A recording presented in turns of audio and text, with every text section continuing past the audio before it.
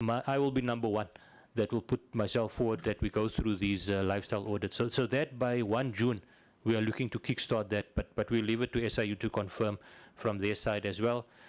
Chair, we've just listed some of the key things there, but I think in the presentation around litigation, we've touched on them about Judge Slope on the security side, Siangena, I've just mentioned now. The issue around the GO program, there was a settlement that we have reached with Naledi Rail. In terms of an out-of-court settlement, Naledi has since withdrawn the application around the GO program in terms of the out-of-court settlement. And then we're also dealing with the Competition Commission in terms of a complaint laid by other bus operators around anti-competitive behavior between PRASA and Autopax. And we've got a draft settlement on the table that's now currently being reviewed to close that matter. Apologies, Chair, for taking that time, but I'll close on that note. Thank you. We still have time to answer questions, huh? Yeah, Absolutely. I think the team is somewhat ready, but thanks for the extensive presentation that you have made, knowing very well that you have a steep rise in terms of meeting the basics of the legislation that governs your actions for qualification to continue to run that service. SIU, they've captured some of the elements of what you are doing, but from yourselves.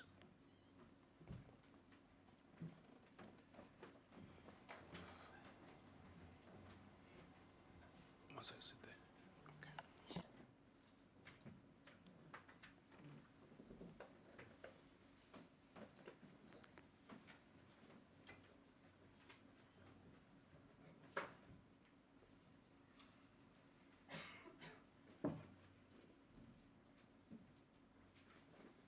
How many minutes do you want?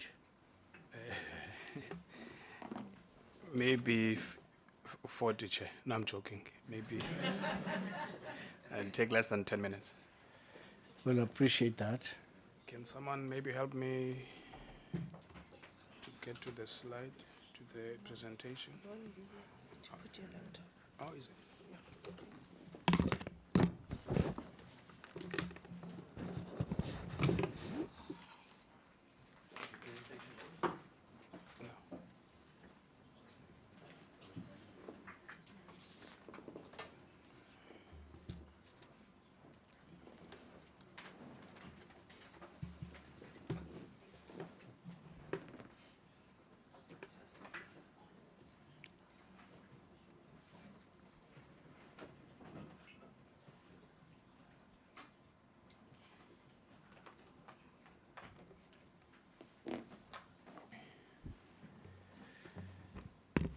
Good morning, Chairperson, members of the committee, the minister sitting next to me, the Deputy Minister, the DG, members of the Board of PRASA, Executive Management.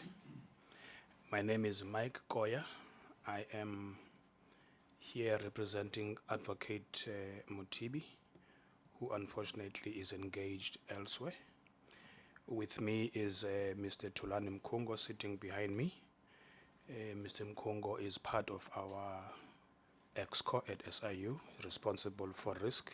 He is a Chief Risk Officer. I will just make some few comments on our presentation in terms of the investigations that SIU has been involved with at PRASA. For the sake of the 5 minutes I have been given, I will not bore the committee and the House at large with all the background and everything. I guess it's not the first time we are presenting here. But safe to say, Chairperson, that the investigation under Proclamation R51 of 2019 all those investigations has now been concluded. We are now busy reviewing the presidential report, which should be with the President by the 30th of June. But in terms of just the highlights of our investigations, we had dealt with, there were 7 focus areas in that investigation. One focus area was the issue of procurement of security services. As said, we have concluded that investigation, have made some findings. And the outcomes thereof, out of that investigation, is that there were criminal evidence that was referred to the NPA in terms of the SIU Act against 6 former accounting officers of PRASA for the contravention of various sections of the PFMA. There were also 2 DC referrals against senior officials that was submitted to PRASA.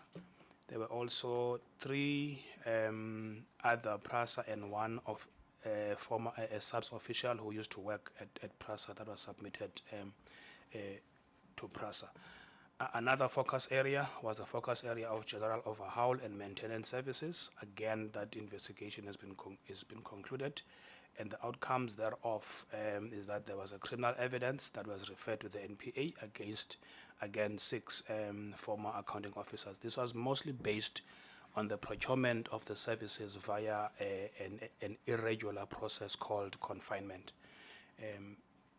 Again, there were a number of under each focus areas. There were a number of service providers. Under focus area 3, there were 8 service providers. That investigation again has been finalized. There were 4 criminal referral cases against 1 service provider, together with a director and 2 officials of PRASA, that were subsequently dismissed around 2021. And also those DCs included some of the senior officials of PRASA. Then under supplier, again, same. There was also focus area 3 where we talk of supplier development. Again, that investigation has been completed, with criminal evidence being referred to the NPA against 3 former accounting officers and 1 former company secretary for the contravention of various sections of the PFMA.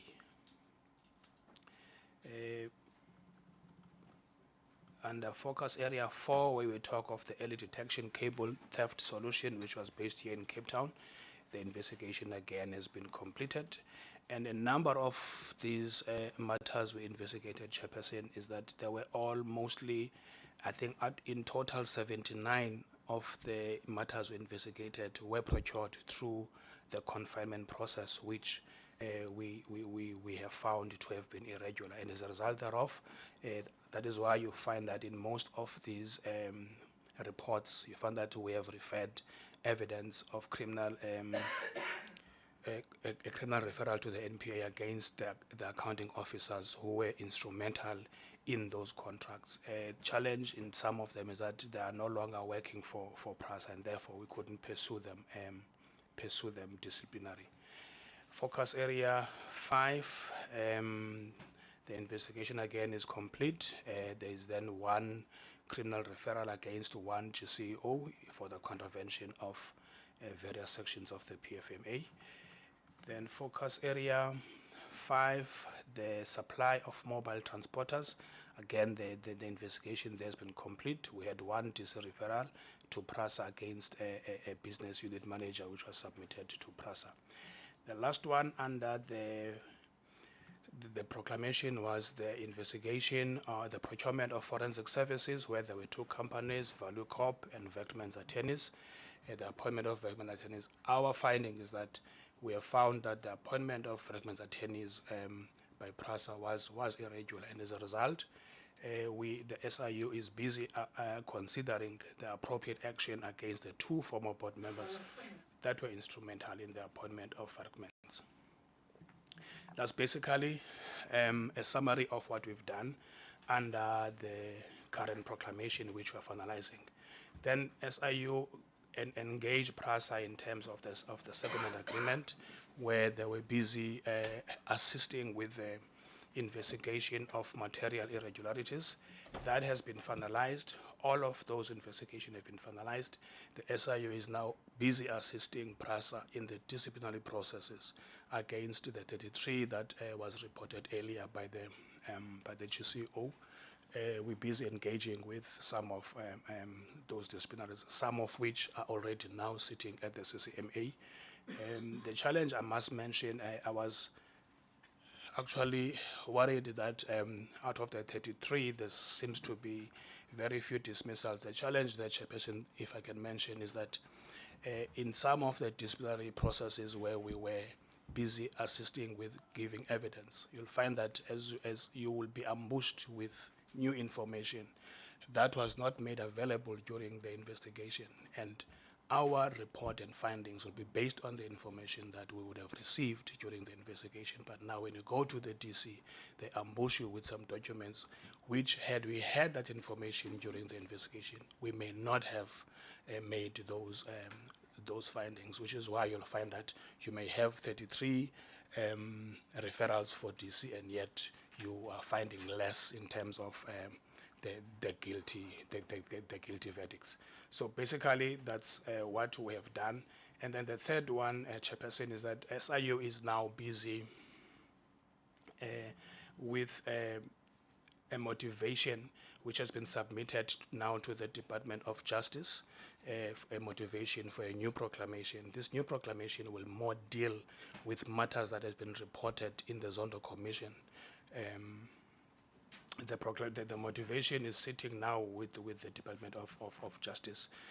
Just few areas, and all of the areas are those related to or mentioned in the Zondo Commission, one of which is the regular salary increase of the former GCEO, which is Mr.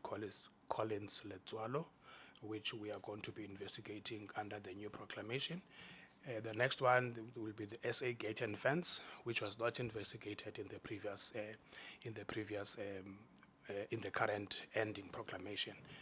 And the third matter that we're going to be looking at is both the Shifambo rail leasing and the Siangena contracts. Our focus there will be on the recovery of the money.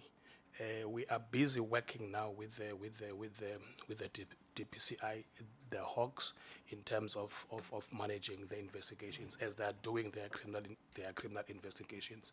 There is now a sharing of information to assist them with the documents that we have as they continue in the investigation. But our focus as the SIU will be more on the recovery of the money, making sure the money goes back to PRASA on both the Siangena. We are doing this because we want to avoid the duplication of investigation. But as I say, our focus will be more on the recovery of the money. I've just already spoken about this one. Then also procurement of Royal Security and related companies. We did investigate Royal under the previous proclamation. However, there was new evidence in terms of the number of firms that are owned by this person, the Moodley family related to Royal Security. That also will be part of the investigation, which will broaden the scope, not only to look at Royal Security companies. The next will also look at the serious maladministration. One of the key request or the key findings by the Zondo Commission, and the recommendation was that there need to be a commission to look into what led to the total collapse, to quote the Zondo Commission, the total ruin of PRASA and who may have benefited of that. We'll also look at an overall governance of PRASA as to what would have happened, what led to PRASA to be in that state as reported in the State Capture Commission.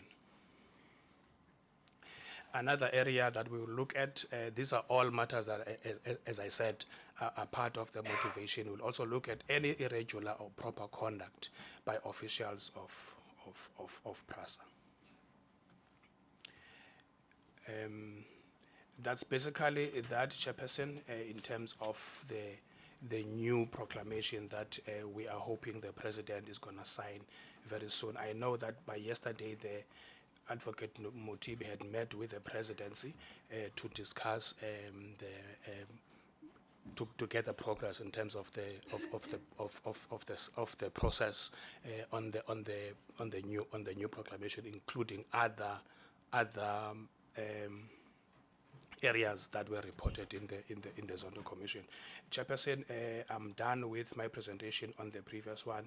I will then allow if through you, Chairperson, Mr. Mkungo to take us through the last two slides that talk to the lifestyle audits. Thank you very much.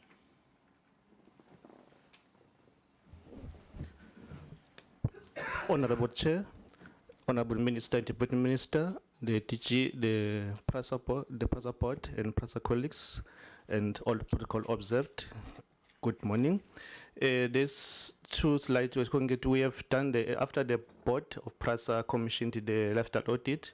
We have done the engagement with the group CE on how we're going to lifestyle audit. I can just today to announce that we have I have presented to the group ESCO on the 4th of May. There is a good support in the project. It's being welcomed. I would say that we are going to get a good cooperation in terms of from the top approach that we use to take when we do lifestyle audit.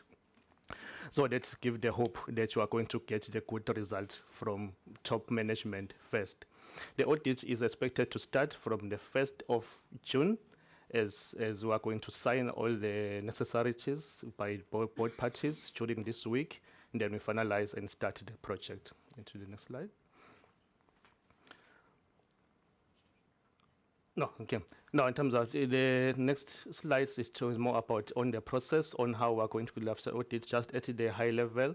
We are going to first look at the group executive committee members as a whole, and executive committee members in the various business units, PRASA Rail, PRASA Tech, PRASA CRES, and Autopex, regional executives, senior management in corporate offices department, which is human capital, ICT, supply chain management, finance, and all employees in the CM department from regions, business units, and corporate office. What we do when the lifestyle audit identify that an employee's expenditures constantly exceed his or her income, and it cannot be explained, what we do, we also raise that as the findings in our report. We do a report per person as we do the lifestyle audit. This means is a lifestyle audit done per person, and the report will be per person, and then we do the referral to be further investigation if needs to be by the internal department. If we need for any referral for DC, when we are we'll support the PRASA on the DC with the evidence, and then if we need to refer to the other law enforcement agencies, then we'll support PRASA as well to refer and also provide evidence either to HOGS or any other law enforcement agency that we can work with in terms of further investigation or get that disciplinary going ahead. That is our process we're going to do. Then after we issue an overall report of the lifestyle audit, but will be accompanied by a report per person in terms of lifestyle audits of each person. I think thank you, Chair, that's at a high level.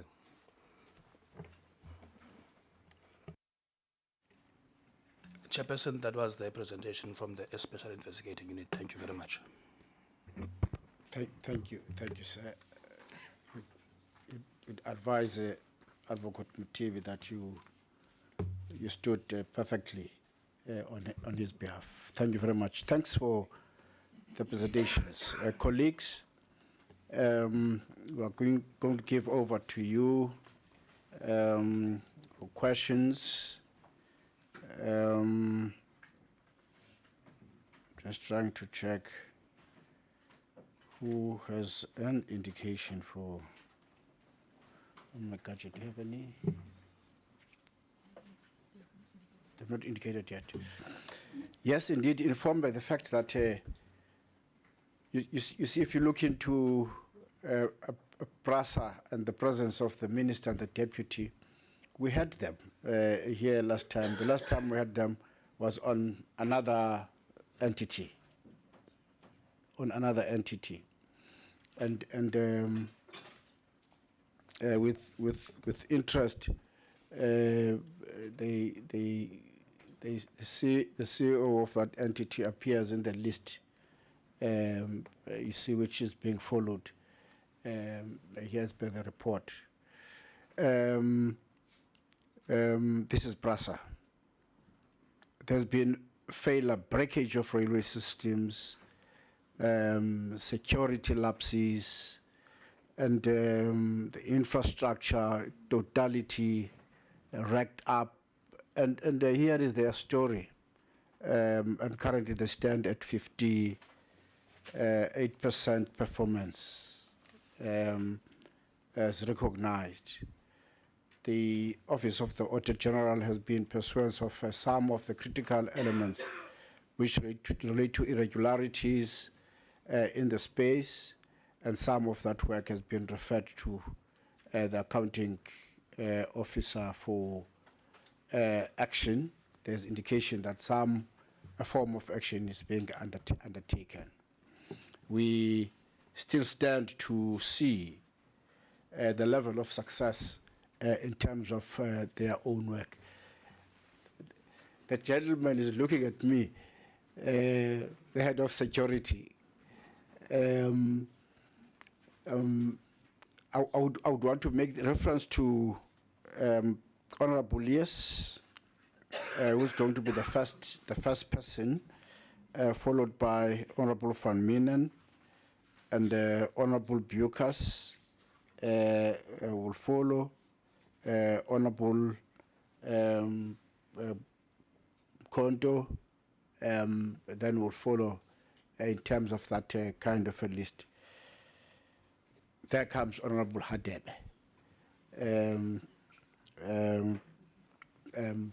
That's as part of the list. Honorable, yes. Thank you, Mr. Chairman, and good morning to everyone that I haven't said good morning to. I was here quite early, and I think I went around making jokes with a few people. Mr. Chairman, thank you for the presentations. It is indeed a report on progress. As has been said, perhaps not as fast as we would like it, but certainly there is progress, and it was witnessed on our visit to the Central Line a couple of weeks ago. But there are issues. The service is limited, and that's acknowledged. That's not something that is a surprise. But the corridors that have been opened are on a limited service, and then I gave a hint of this earlier. Then an issue like sand on the line closes the line on a regular basis between Simonstown and Fishhook, and I would think that that's something that we really need to deal with, even just to keep the limited service going. So that's one that we can have some comment. I don't know, you can pray for the winds to blow the other way, or you can do something practical. I don't know what, but I'm sure there are measures. But let's just talk about the signaling system. I mean, it's key, and I suspect that the old signaling system was wires laid along the tracks, wires connected to tracks, which controlled lights. Is the new signaling system going to move into the next century as opposed to be in the old century? In other words, satellite technology, wireless technology, in order to improve this service, but also to make it, there's nothing to steal, the point I'm trying to make. Then the French bought or made new trains, but they had quite the opposite problem. Their trains are too wide for the platforms, and they've got hundreds of platforms they have to modify, as I understand it. So being a big gap is a much easier issue to deal with, I would think. But is it being dealt with, and how is it being dealt with?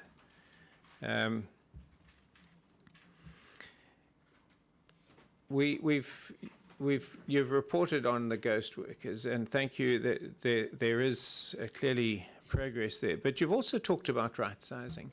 What exactly are the 15,000 employees doing, or have they been doing for the past 3-4 years?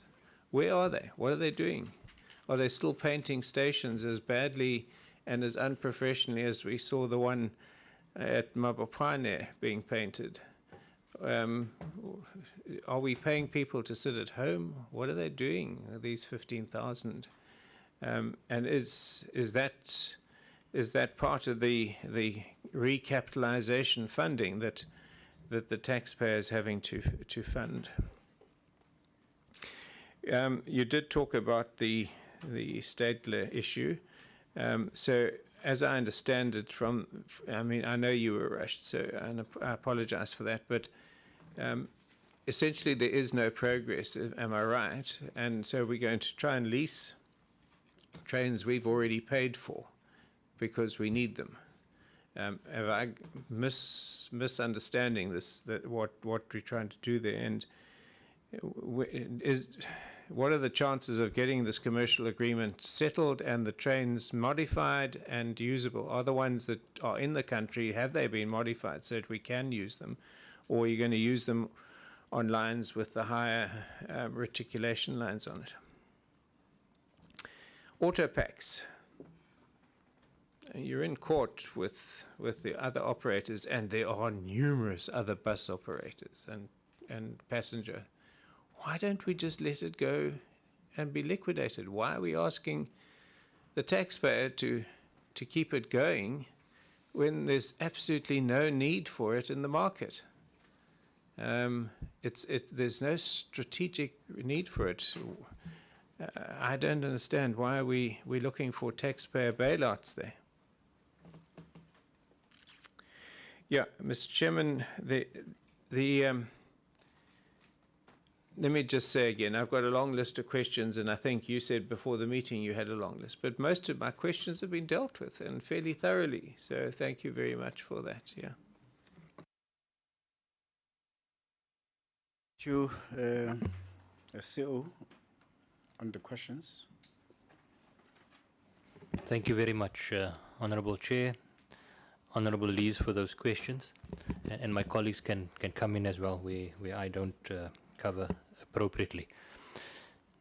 Honourable Lees, just and you're correct, the issue of the limited services is something we need to see how we optimize and start running higher frequency services. Now, you raise a very pertinent question, the example of Cape Town. When we're already running a limited services, and then on the southern suburbs line, you've got the issue of sand, which stops the service. And it's been an ongoing problem. I think you're well aware of that, Honourable Lees. There are interventions that I think, at least happily report around addressing that. Firstly, there's a joint project underway by PRASA and the City of Cape Town. The first one is at Glencairn, where we've got the dunes, where there is some beach reclamation that is being undertaken there, and the shifting of the dune backwards because of the beach reclamation. Gabions being implemented there as well. And that project is due for completion now in July of this year. It's been a 4-year process to get that one going. And that already has, that project on its own has already seen some positive results in terms of the area of Glencairn. But I think the area that you're also raising is at Simonstown, where previously we also had a wall that was trying to prevent some of the sand. That had over time collapsed. That wall has been rebuilt. In fact, it was done in December of last year. But to supplement that, because there's an ongoing thing, and you're right, the winds are not going to stop. If anything, with what we've seen with some of the climate change, some of the things are more severe. What we've also done just this year, Honourable Lees, is to appoint a per-way maintenance contractor for that section, specifically from Simonstown through to Muizenberg, where we've got this high risk of stopping services because of the sand. And the role of that contractor on site is to deal with any per-way challenges, but also dealing with sand on the tracks to ensure that we don't have disruption of the services. So on that one, we've tried to put in place interventions together with the City of Cape Town, together with our own interventions to address those challenges. I'm hoping going forward there'll be minimal disruption based on the issue of sand. Also having this contractor full-time on board to assist that line is open for operations. So that's some of the interventions that we have done.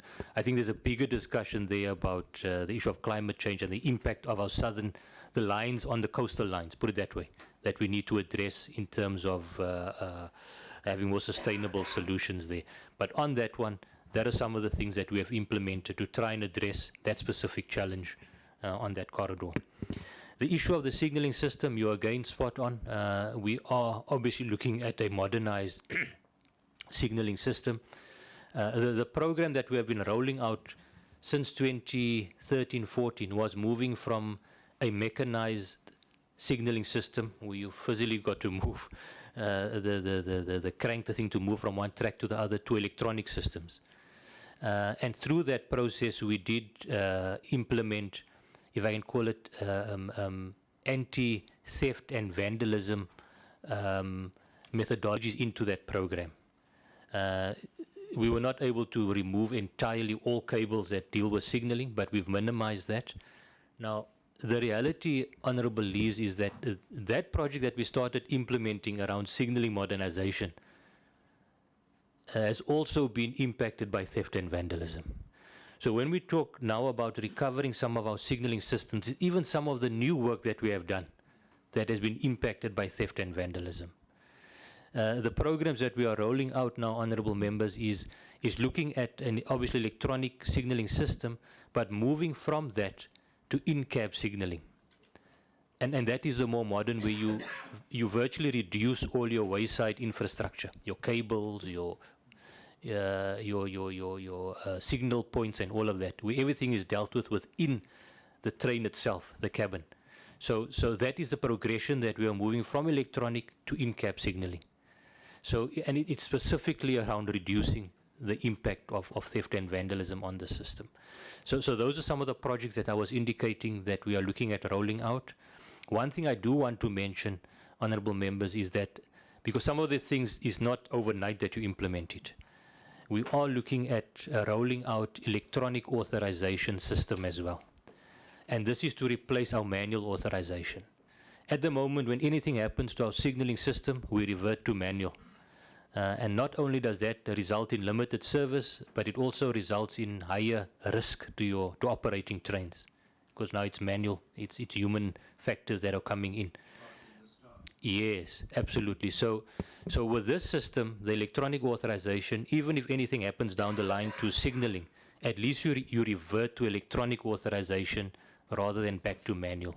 So that's one of the programs that we're rolling out on the signaling. But critical is to get our trains running at higher frequency. I think that across the board is critical for the sustainability of PRASA. How are we dealing with the platform rectification?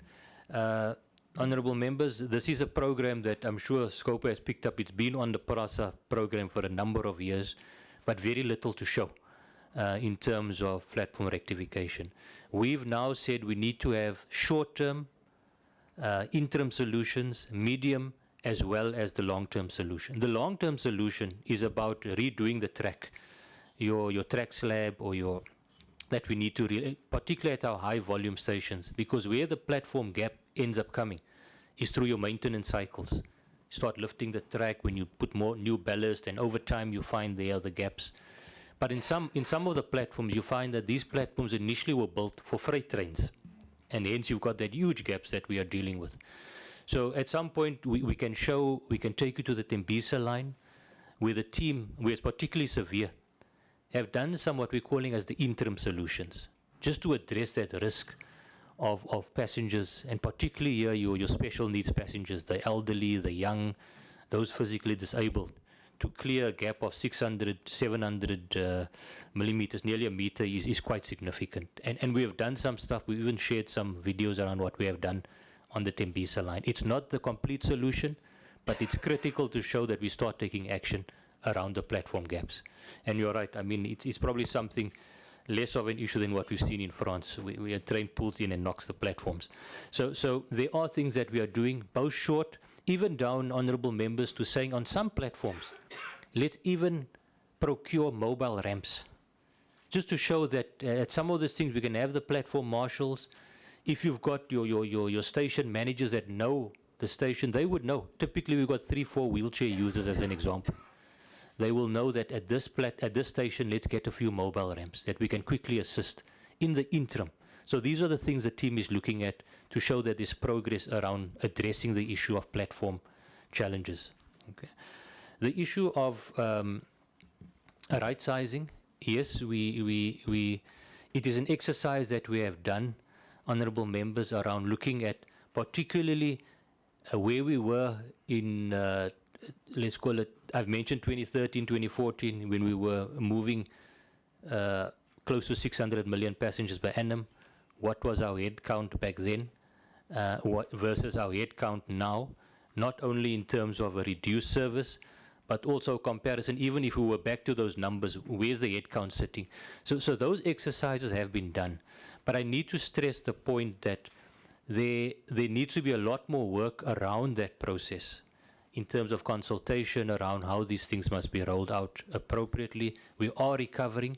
There are programs that I think the various divisional CEOs can speak to in terms of how we address the issue of the utilization of staff during this period when we are running a limited service.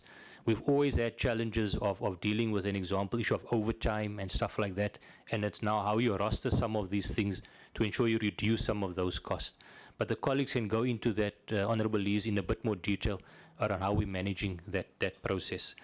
The issue of Stadler, and this is really something we need to see how quickly we can close this one, Honourable Chair and members, is there's a dire need for locomotives at PRASA, particularly the diesel at the moment because of the infrastructure that has been badly vandalized.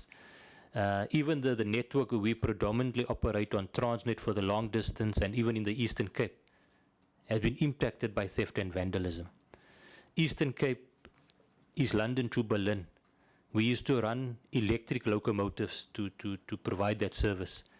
We've not run a service since August last year because of the theft and vandalism of the electric infrastructure. We do not have diesel locomotives. Fortunately, and I think positively, we've managed to reintroduce that service towards the end of April by recovering some of our own diesel locomotives.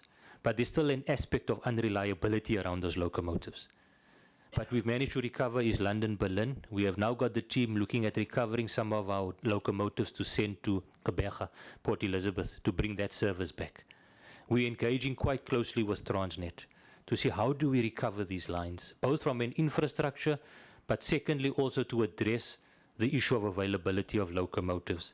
Now, on the issue of Stadler, and where we've brought in the issue of the leasing, Honourable Lees, is that the leasing of these locomotives, yes, there's been payments made in the past.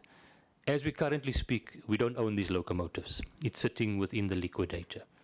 We require locomotives. Our approach has always been to see how do we extract best value out of this process. Based on the 2 billion that we have already spent or thereabouts, we've seen the previous process of auctioning these locomotives through the liquidation, that these locomotives have basically gone for a steal. A locomotive that's in the region of 40 to 50 million rand per locomotive was auctioned off at between 6 and 8 million rand. There's no value that PRASA will get back by selling those locomotives through the liquidation, and we end up with 6 million rand when we know what the value of this locomotive. So the commercial agreement is still one we are pursuing and trying to close. The latest advice we've got around that is to follow a route of departure from a procurement process, Section 79, and we're busy with that application that will go to Treasury. What we are saying in the interim, because we need to get locomotives, if we go out to the open market to lease, we're going to end up paying significantly more to lease those locomotives, whereas through this process we will just pay for actual running costs to access those locomotives, and that's what we're looking at as an interim solution around the locomotives. Autopacks, and I've got the CEO of Autopack sitting here, Mr. Neil Rouge. There's a lot of discussion around that aspect. One of the things, Honourable Lees and members, that firstly, obviously within the PRASA mandate, our mandate is to provide long distance bus services. And the discussion around, there are many other, we've taken cognizance of that, and those companies are operating on a sustainable basis.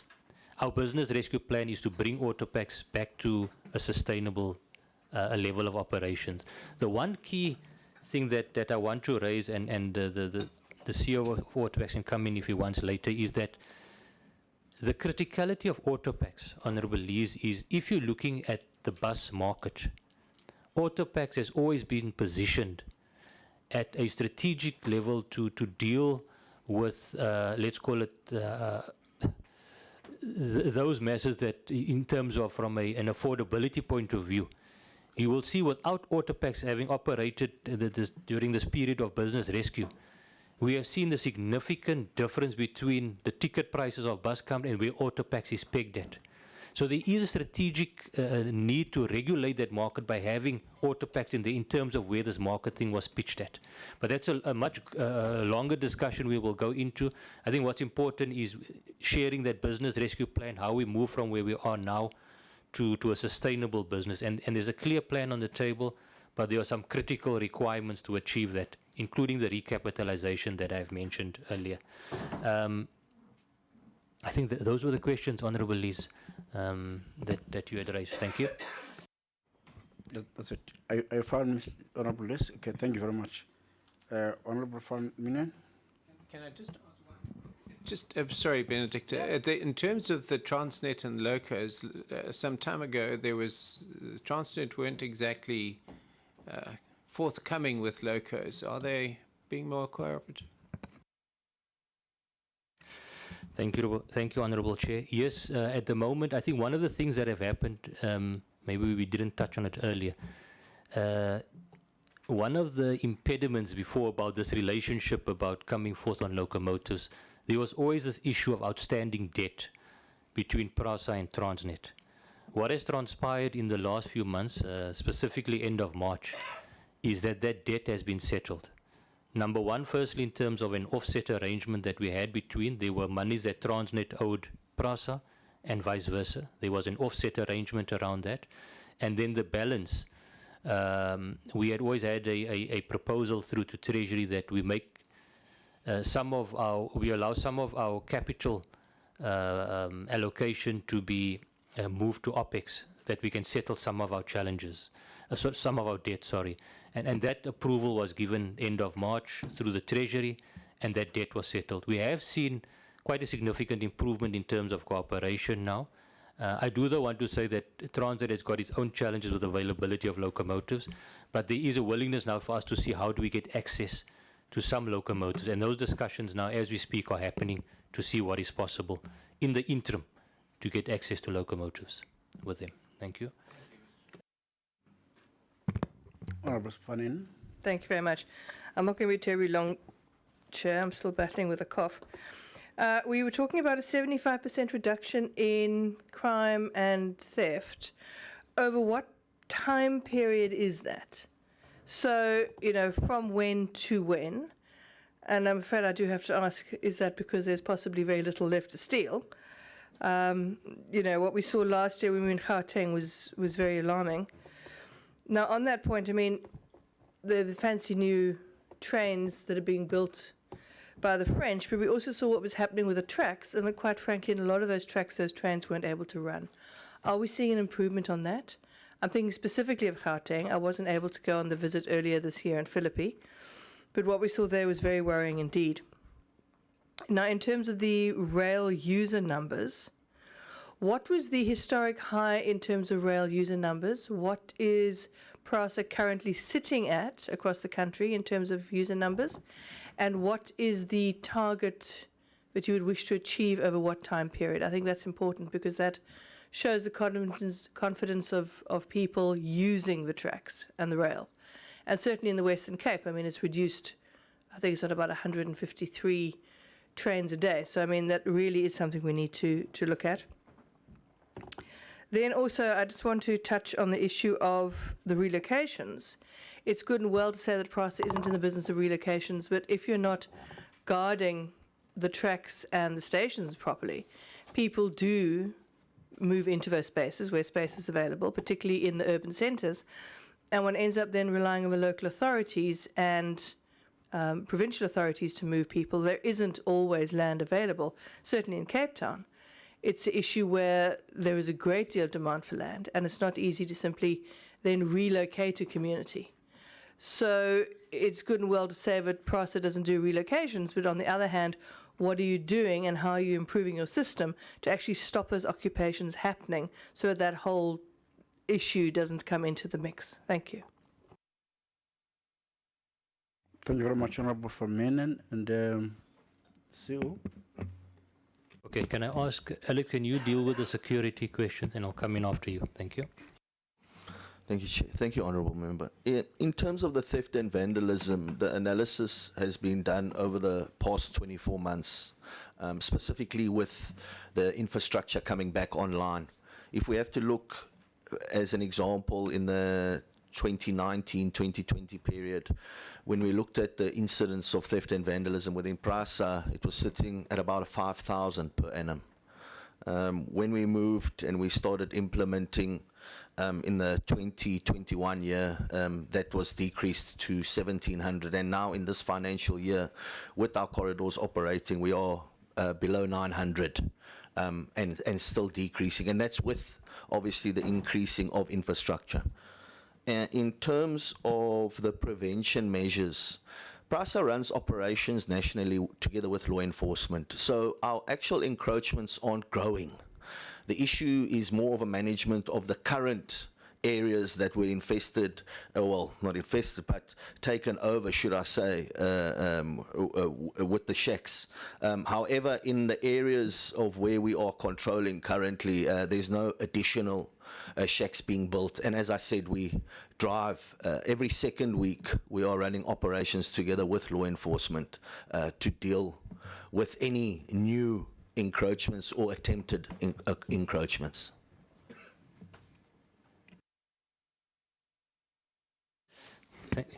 Is that a guarantee? Because that's a critical question that she has asked. Is that a guarantee from your side? 2 weeks, security, on a more prone area in terms of occupations? Are you putting your head on the block? Chair, yes, Chair, it's already happening as we speak. So all areas that get monitored currently by our protection services together with law enforcement, we monitor any people trying to re-encroach or encroach on areas that have that space. So every second week as we speak, it could happen in the Western Cape, but on a weekly basis in various areas of the country we are dealing with encroachments. Thank you, Chair. Thank you. Okay, Chair, just Honourable Van Minnen also asked about the tracks, some of the challenges that we've got with the tracks, and I've also got the acting CEO of Czech here, Mr. Fana Marutla, who's also our chief engineer for Perway, and he will come in where I've missed out on anything. So, Honourable Van Minnen, you are correct. The issue of the tracks, and we've always reported, we measure these things in terms of what we call the TQI, Track Quality Index, where we are. And we know in many cases it is below where it should be from a standard point of view. It's one of the key things that also, Honourable Chair and members, that results in us having to run our trains at reduced speeds because of the quality of the track. What we have done, and from in terms of to address that, there are, I think, a number of things I want to raise, but two in specific that I want to mention. We have now been able to procure these on-track machines, and you have seen on some of the corridors where we have already implemented them. And this is to look at the issue of the grinding, the ballast and stuff to improve the quality index of the track. The second one is we are now out on tender for new rails. And this is a national tender. It will be going out soon. We're talking about, Fana, how much kilometers of track? 3,000? 1,300 kilometers of new track that we want to be procuring. We have also just concluded a contract now at least for 150 kilometers of new track for some of those key areas. So it's one of the areas that we have put significant focus on. The team at Czech have made some progress in some of the key projects that we need to ensure that we can run improved speeds on these corridors. Other projects like your drainage and stuff around the tracks, the teams are working on all of that as well. Anything you want to add, Fana? Okay, all right.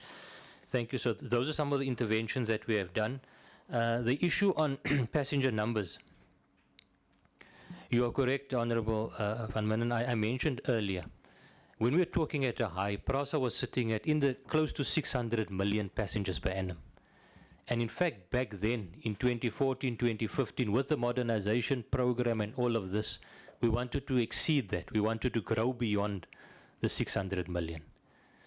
Today, and having closed the previous financial year, that has dropped to 15 million. So you can see it's a huge, over 90% dropped in terms of that. But that is because when we ran the 600 million passenger per annum, we were running between 40 and 44 corridors, lines or services around the country. With our recovery program, you've heard earlier, we're sitting at about 18, 19 corridors of that. This year we will be recovering more. But critical to bring those numbers back, Honourable Chair, is the signalling project. It's only then that we can start running a full service. At the moment on these corridors we've recovered, typically you're running anywhere from a service, a frequency of a 1 hour frequency to even a 90-minute frequency on some of these corridors. On these corridors in the past, and with the new signalling, we can have the capability of running a train every 3 minutes. But most likely you're looking at a train every 5 minutes in your peak period. So this is what we need to get to, that will see the passenger numbers improve. We have set ourselves targets going through the next, if I can call it MTF period. As I said, we were sitting at 15. While we are still busy recovering, Honourable Van Minen, and the time it gets to take back the signalling systems, the next 2 to 3 years, there will probably be a bit of a slower recovery in terms of the increase of those numbers. But post that 3-year period and the implementation of the full signalling systems, you would see a much steeper increase in terms of passenger numbers. The target that management has set is certainly within that 5 to 7 years, is to recover as a minimum back to where we were before, let's call it the destruction of the network, sort of your 200 plus million. And with the rollout of full modernization, there's nothing that should stop us from moving back to those numbers. The strategy is not only about capturing your captive users, which is a big portion of our numbers, but with a modernized system, it's also to ensure we can attract choice users to the network.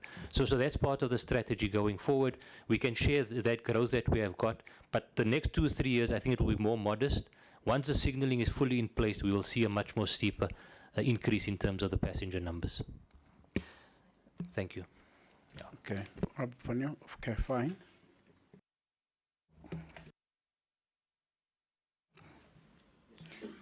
Baie dankie, agbare voorsitter. Goed, dankie mevrou. Ek weet nog nie wat het geword van die feit dat ons die hele vergadering sal Afrikaans praat nie. Dit was 'n ooreenkoms tussen myself en die voorsitter. So I just want to confirm that. It was a joke. Thank you, Chair. Thank you, Chair, and thank Honourable Minister and the team for the presentation. There is really improvement. We must acknowledge that. But I also want to acknowledge the appointment of women in senior positions.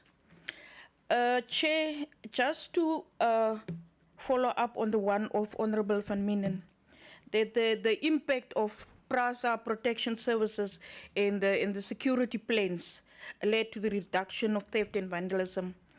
I just want to know, how will it improve, and did you evaluate the reasons why there's still vandalism and theft in some areas? I also listened to the response about the security and the 2 weeks up and down, but I want to know, Chair, are you having any awareness programs in surrounding communities to educate them, but also for them to take ownership of what is the type of engagements, or what type of engagements do you have? Chair, my concern is the time frames and the concluding of investigations. Most of the suspensions are with full salary. And as the SIU reported, Chair, the new evidence at hearings delay the process. I want to confirm, where are this evidence coming from now? And what is the reasons for only submitting it now? Is it a delaying tactic? Then does the fact that some positions in the executive are not filled yet have an impact on the finalization of some of the cases? And then on page 15, Chair, there is the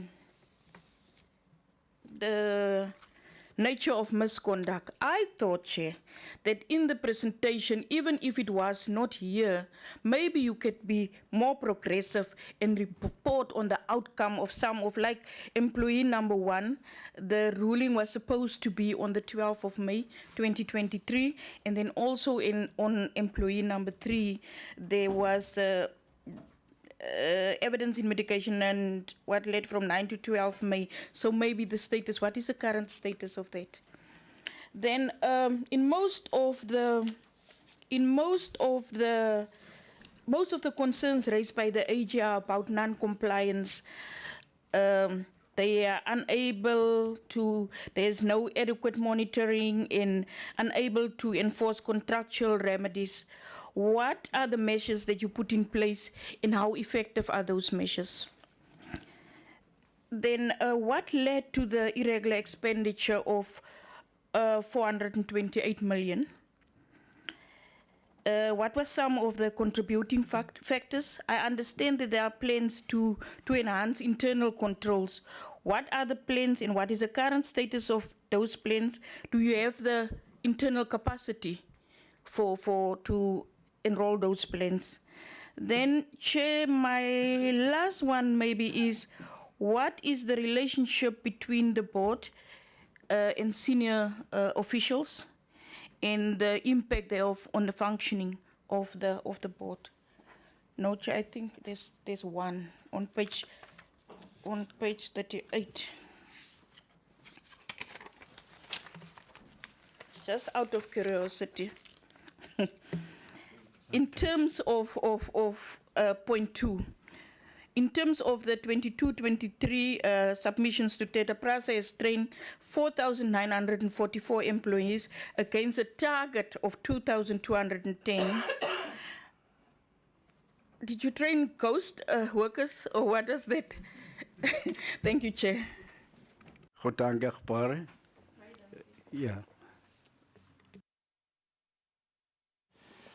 Thank you, Chair. Honourable Beekers had me worried if I needed to respond in Afrikaans now, because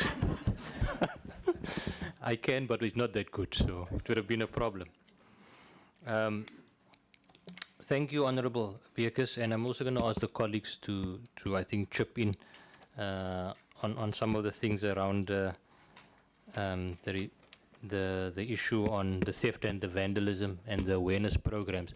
I just want to add, Honourable Beekers, the issue around theft and vandalism, and we've got also our stakeholder communications department here, because I think you alluded to the point that it's critical that there must be ownership and stakeholder community involvement around this issue.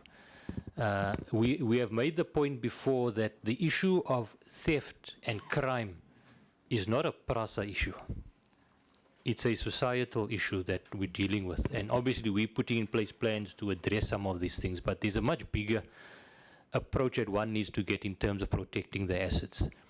While Alex and his team have been reporting significant improvements, the reality, Honourable Chair, is that this issue, if you don't have a sustainable plan in place, including the communities and participation, which the security departments have done, I don't think it was sort of amplified earlier, but the involvement of the communities is quite critical. And I want Alex to touch on that, what we have done on that, Honourable Beekers, because that is quite one of the critical things that we are dealing with. The issue of the irregular expenditure, Honourable Beekers, I want, particularly you were asking around the 428 million. I'm looking at us if you can just give a breakdown on that, because I think it's important to understand of that 428, what comes from previous years that we keep on rolling forward in terms of existing contracts versus actual that was new, if I can put it that way, within the financial year. So I think, Asif, have you got that breakdown? Or you can just mention what some of those figures are. The issue, I'm not quite sure, Honourable Beekers, who the question was directed to. The issue of the relationship, are you raising it to the board or to management around that? All I can say is that from my side, there is a very constructive relationship. I think the objectives, the goals are clear, what we need to achieve in terms of the targets that we are setting. I think you can see, particularly in this last period, the progress that we have made is because of this, I think, cooperation and focus from the board and management on turning around some of these key things. But perhaps, I'm not sure that that question was also directed to the board, and the board can comment on that aspect. The issue of, I think there's questions to the SIU, which the SIU can respond to. Just on outside from the disciplinary that you were raising around an update, I would look at, I know, Naledi, you did mention that within the next 2 weeks we could probably close or give further feedback. But if there's anything you can add, particularly around, there was some indication of the 12th of May, if you can just give an update to the honourable member around that. So maybe, Alex, if you can just first on the community side, give some feedback, Asif on the irregular expenditure, and then Naledi, just close on that issue of the disciplinary, and then I think the SIU can come in. Thank you, Chair. Alex? Thank you, Group CEO. Thank you, Chair. In terms of our main approach, our integrated security plan made a focus specifically on the communities and SMMEs within the various areas. Ultimately, these people live in and amongst the infrastructure. So just to give you numbers-wise, is that through the security deployments, both on our intervention and also on the deviation using AXA service providers, we've worked together with stakeholder management as well as sub-councils within various areas, whether it's the Western Cape or KZN. And through that, over 4,200 direct jobs were created, specifically in the security and services. So that is the main element to PRASA's success, is that not only are we doing security or protection of our infrastructure, but we're doing it together with the communities and SMMEs within there. I think also just to add, and as the Group CEO said, it's not just about the protection of assets, and hence what we are doing to make the communities aware as well as integrating them with us. The most important part where I do believe that ultimately theft and vandalism will become far less is once PRASA, and as the Group CEO said, has fully implemented our walling and fencing projects. We do face often at times vigilante group that will try and attack the rail or cut a specific cable, not necessarily steal the cable, but cut to disrupt. And those are the incidents that are being documented now. In terms of actual theft and running away with cable, we've limited that right down. So there's more destructive attacks that's being faced currently. Thank you, Chair. Thanks, Chairperson. Just an update on employee one. The employee has been found guilty on all the charges. However, we're just waiting for the chairperson sit down because they need to present mitigating and aggravating matters into this case. Thanks, Chair. Thank you, Chair. In terms of the 428 million on the irregular expenditure, 160 million refers to prior year, what you call this irregular expenditure, and the balance is post, which is current. And the irregular expenditure that we talk, I mean, the 160 million rand is the current financial year that has just ended, and the difference between the 428 and the 160 is contracts that have been basically multi-year projects. The current irregular expenditure revolves around the legal panel expenditure that is being deemed irregular, the leasing agreement on locomotives, and then lastly, there are smaller non-compliance matters in terms of CRDB regulations, and then what the expenditure has been deemed to be parceling or splitting of orders. Those are the expenditure that relates to the current financial year. Thanks. There's one question which has not been answered from your part, the numbers, training. Yeah. Training is actually of actual employees, the highest number being Gauteng with about, I think, 800 employees. Thanks, Chair. Okay. SIU? Thank you very much, Chair. To respond to that question, the people who come with new evidence will be the employees that are being charged. They will then, in their defense, introduce new evidence in defense of their issues, or also perhaps to delay the whole process. It's not necessarily coming from the PRASA side. Thank you very much. What?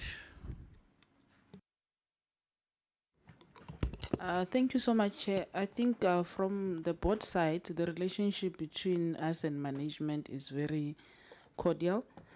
It's robust because we want change, and we want things to be implemented. So where we need to be sweet, we are sweet. But where we need to be sour, we are very sour, to make sure that they deliver.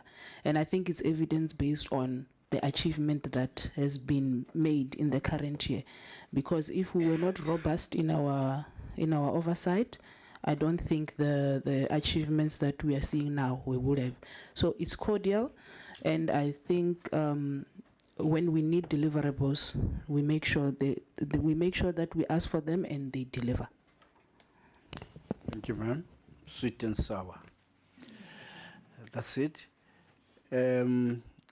Honorable Mkonta. Thanks, Chair. Good morning to you, Chair.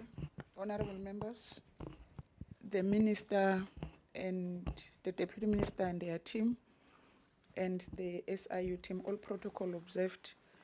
Chair, my observation is that according to the presentation of PRASA, the focus is on short distances in and around urban areas. Maybe that is because of the consideration of the number of people that will be using the service. But then, Chair, the question will be, when are all these activities going to be rolled out to long distances with more focus to people living in the rural areas, for them also to benefit?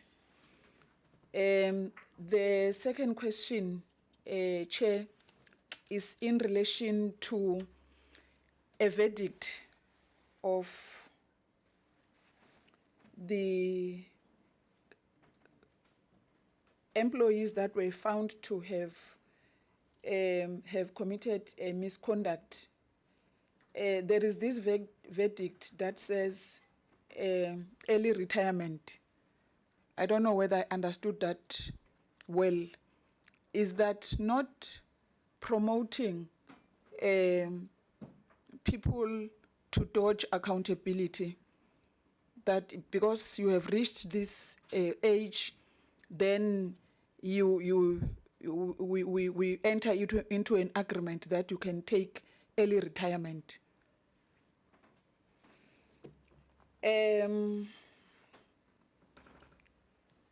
Chair, I've listened to the DG and the Minister.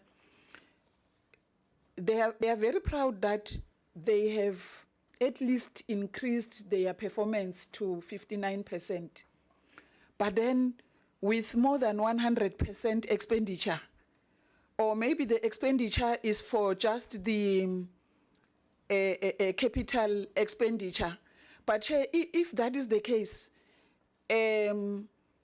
achieving 59% and spending more than 100%, Chair, maybe that have to be explained to us as to exactly, with 100% expenditure, we are expecting more than 100% performance.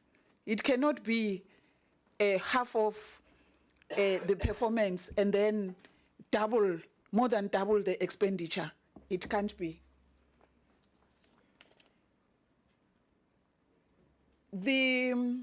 I did not hear the maintenance plan because, Chair, the reason SOEs and other entities, they always go to the National Treasury and ask for funds is because they don't have maintenance plans. Yes, they build, they recover, they do everything, but then do we have any maintenance plan here that what we have already recovered, what we have already built, then here is the maintenance plan, so that we don't go around in circles. Today we are rebuilding, we are recovering. Next financial year, we must go back because there is no maintenance plan at all. Is there any maintenance plan of all these good things that have been written in the presentation? Chair, my next question will be based on the fact that I never imagined any government, department, entity or SOE to talk about private security after the Thabo Bester issue. My understanding, according to the presentation, PRASA is going to provide the relevant infrastructure, will provide the relevant technology, vehicles, everything. And then at the end, there will be a tender for a private security that will utilize all the infrastructure and the resources that are going to be provided by PRASA. I don't understand the financial implications of that, as to how are the ordinary poor people going to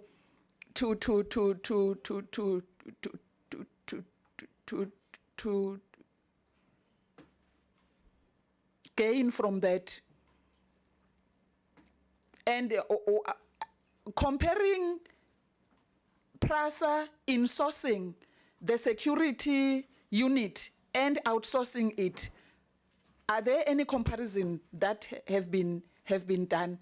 Because I don't understand at all how a private company or private companies can be given such a privilege to come in and use government resources for their individual personal gains.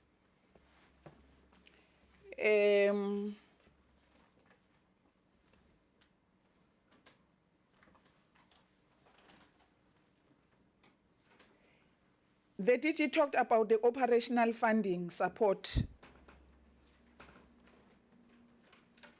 It goes back to the maintenance and how are they planning to sustain themselves?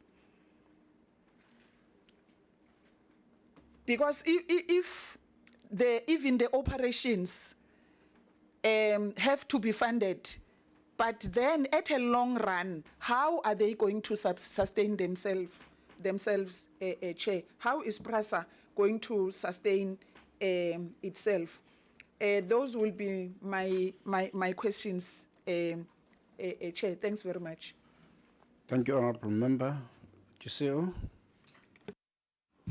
Thank you very much, Honourable Chair and Honourable Member.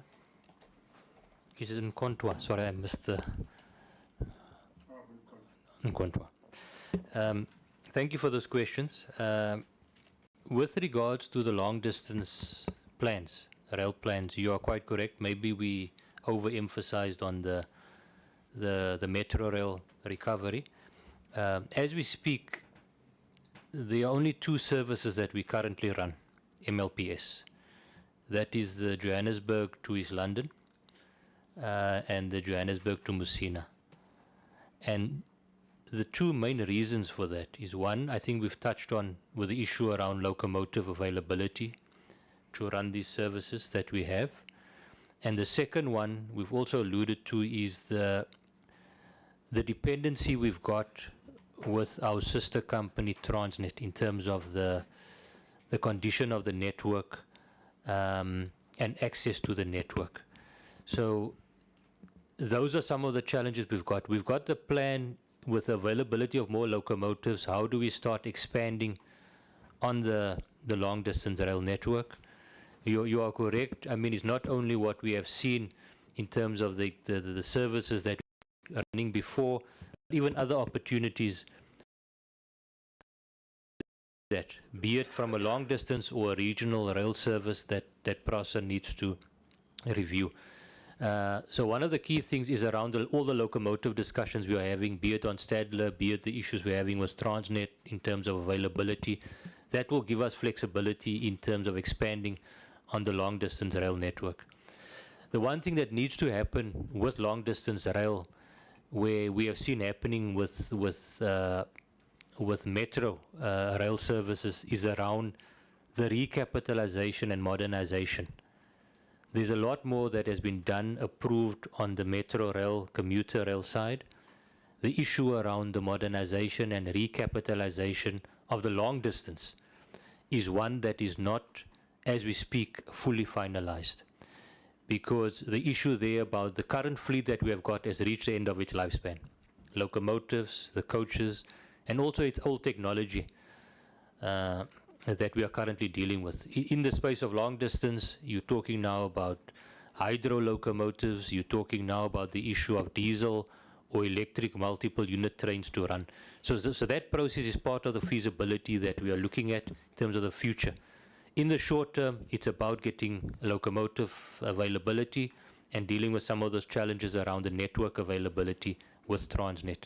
And those plans, Honourable Kwanto, we can share some of those things where we're looking at additional lines that we would like to start rolling out. But also important, we provide a service that meets the requirements of our passengers. When we tried to launch some of those services, we were finding average delays on some of these corridors in excess of 12 hours. And then we needed to have the backup plans with buses and so forth. So we need to address some of those challenges before we can effectively roll out some of the additional corridors. The issue of, and I will get Naledi to come in just around that early retirement and how that fits in terms of those things. I'll just run through what I can deal with. The issue, Honourable Member, around the correlation between our 59% performance and having spent 108% of the capital budget. I take your point around if you are spending, then you expect the performance also to be there. Now, I think where that correlation is not a direct one is that some of this investment that we are doing obviously has a longer turnaround time in terms of the effect of some of that spend that we are doing. And then secondly, some of the targets that we have set that is captured in our corporate plan are not necessarily linked to purely CapEx spend. But certainly it's a notable achievement and by PRASA to, I think for the first time, being able to execute our capital allocation and program.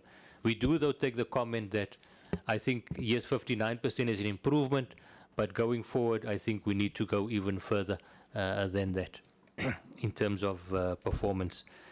You raise a very important issue around maintenance, Honourable Member, the maintenance plan. There are two things I want to raise related to the maintenance plan. The first one is around whether it's the rolling stock renewal program, whether it is our existing train fleet, the yellow and grey. We have got the maintenance programs in place for both of those fleets. With the new trains, it's not only about the manufacturing, there's also a 19-year agreement in place which is dealing with technical support, supplies and sort of maintenance of the trains.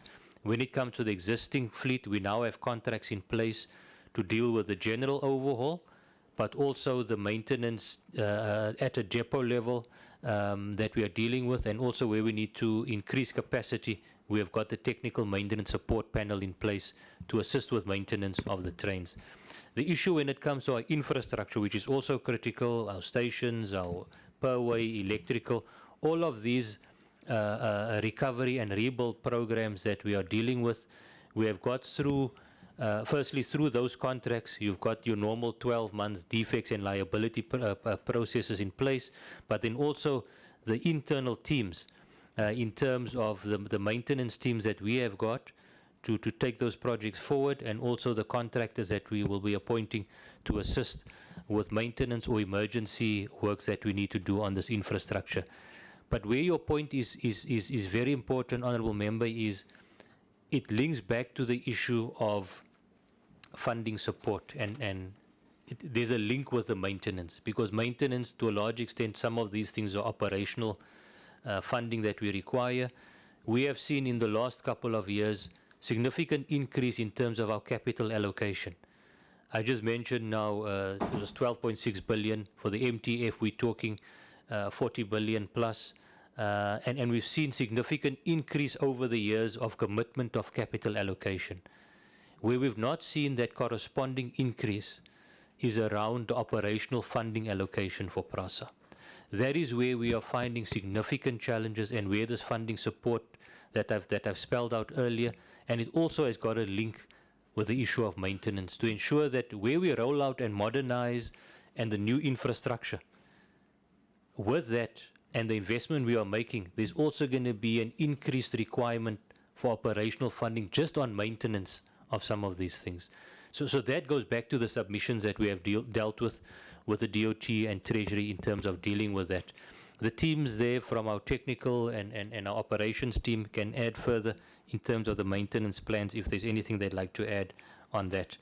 The issue, Alex, you will deal with the insourcing, outsourcing discussion around the security, so that aspect is dealt with. And then, Naledi, if you can just touch on the issue of, I think, giving clarity around accountability versus that retirement discussion that the Honourable Member has raised. Thank you. Thank you, Chair. Thank you, Crucio. In terms of the insourcing and outsourcing of security, in the security space, it's extremely labor intensive. So PRASA itself, the reason we use a hybrid model is if PRASA had to insource a total security complement in terms of shifts, sticking to labor practice, we would have to have a force in excess of 30,000, whereas we use a hybrid model where we could do the same protection with 10,000 boots on the ground. That's the first part. The second part is phase one is actual physical deployments. And as we go along in terms of our phase two and our technologies, our warm bodies start phasing out. So ultimately, PRASA would be able to do the same job with 5,000 warm bodies than actually insourcing 30,000 warm bodies. So that's the reasoning behind it.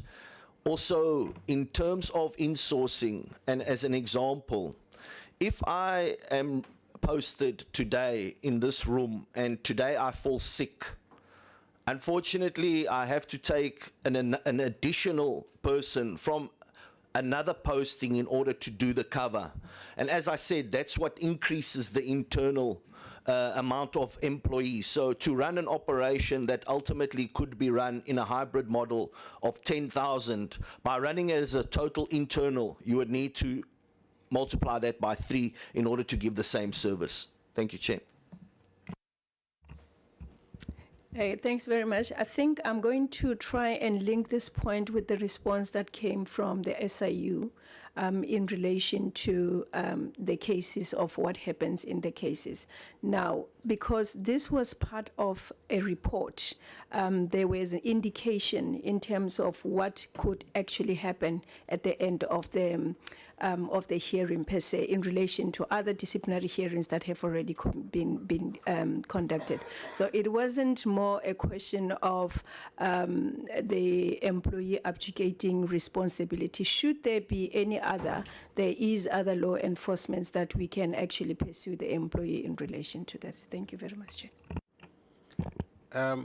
Good afternoon, Chair. I'm here at the back. Chair, good afternoon, Minister, as well, DM, DG, the board members and the colleagues. I want to touch on the issue of maintenance. I just want to expand more on the question that was raised regarding maintenance of both rolling stock and infrastructure. I think the Group CEO has covered it, but I just want to expand more on the infrastructure side, wherein we are bringing in the services of what we call on-track machine services. There are packages that are currently at evaluation stage. These are yellow machines that the colleagues might see on the railway lines. We need to bring back the condition of the infrastructure to a level where we can run the trains at normal speed. Most of the limited service that we have is not running at normal speed. So we want to reduce the TQI, which the Group CEO touched on, to a level where we can start running the train at normal speed. For us to do that, we need the services of making sure that the infrastructure, the actual physical infrastructure on the ground is maintained to a level where the train can run safely.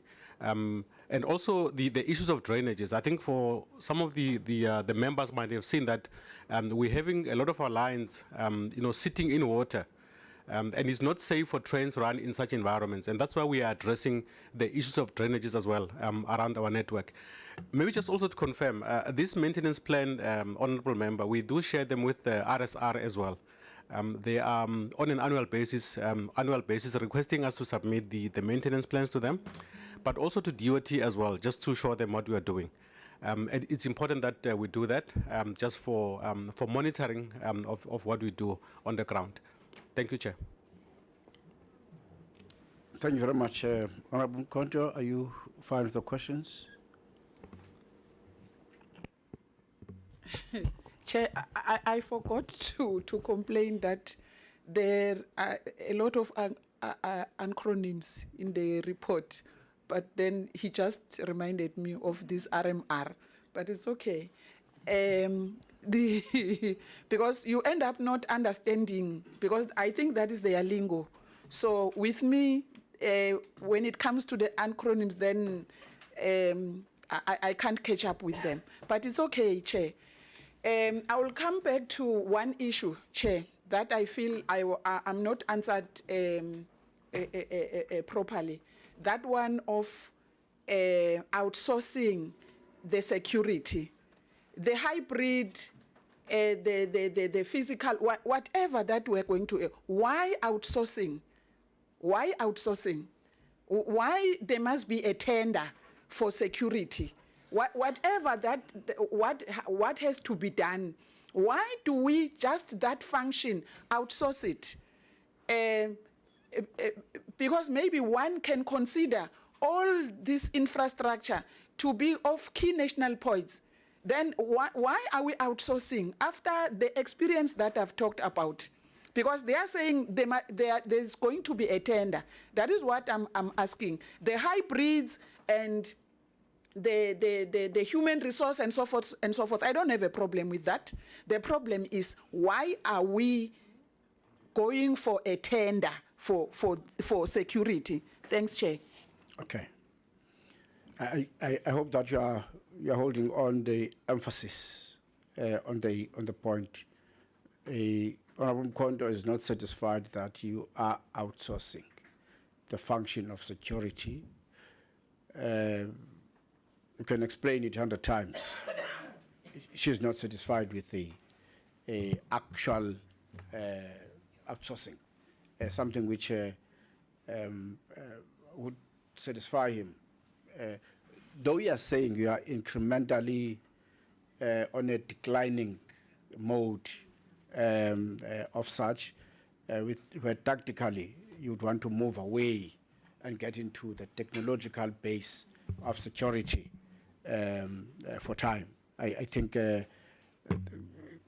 my comfort is only getting to that point, that your movement to technology would require some reduction in terms of physical deployments and involvement, and therefore you don't want to commit yourselves that much in terms of your men on the ground. You would rather scale it down one way or the other.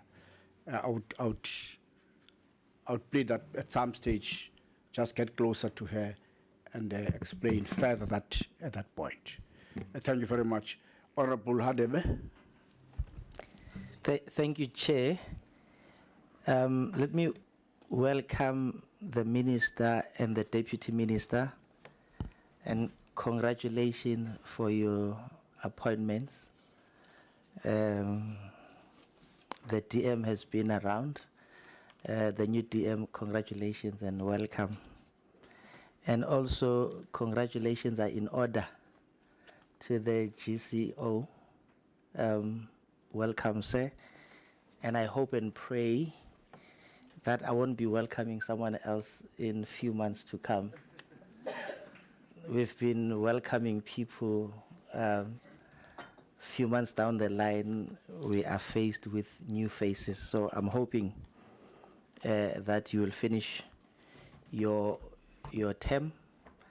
Hence, Chair, earlier on, I asked the presence of the board chair as an accounting authority, because my first question is in line with the new appointment. So I suspect you are the leader of delegation on behalf of the board.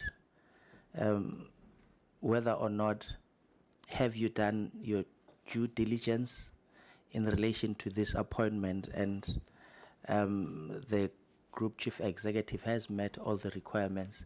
I'm asking this based on the previous experience, so once bitten, twice shy. So if you can assure us that you have done all the relevant and necessary requirements, and we won't be faced with the challenges of you having to find someone else due to issues of vetting and stuff like that. So if we can get that confirmation. The next question, I was hoping, Chair, that my colleagues will cover some of the questions, but I've got a lot of questions. The second question is in relation to slide number 4, where you are indicating that appointments of other executive is underway. Do you have a project plan for such, and when will those vacancies be filled, and how many executives are we talking about? Question number 3, in relation to 12.3 billion that was not condoned by the National Treasury, and you did not furnish us with the reasons for not approving those deviations, even though you stated the section of the PFMA that speaks to removal of the condonation. We also have the guideline on irregular expenditure and procedures of dealing with condonation, with specific reference to section 32 subsection C, which reads as follows: in instances where condonation of irregular expenditure is not granted by the National Treasury or the relevant authority, immediate steps must be taken to recover such expenditure from the relevant person if he or she is liable in law. Are you going to only rely on the section 5.7 and 5.8 of PFMA to remove these expenditures that were not condoned, or are you also going to pursue section 32 subsection C to recover the money from those that are responsible?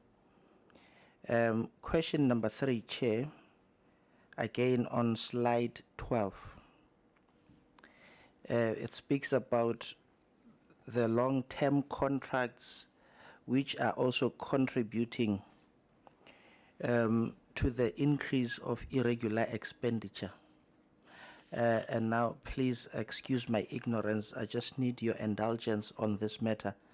When these long-term contracts are declared irregular, what then becomes the status of these contracts? I see you are still continuing to utilize these contracts, hence the subsequent increase on irregular expenditure. Do these contracts remain valid yet irregular? Please help me understand. Question number 4, Chair. When will the internal audit conclude the determination test on the 9.6 billion irregular expenditure waiting for condonation. Question number 4, I've lost track. Yeah, I think it's question number 4, if not 5.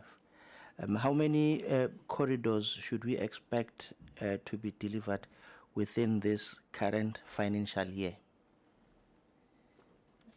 My last question, Chair, I must declare up front, it's subjective and close to my heart.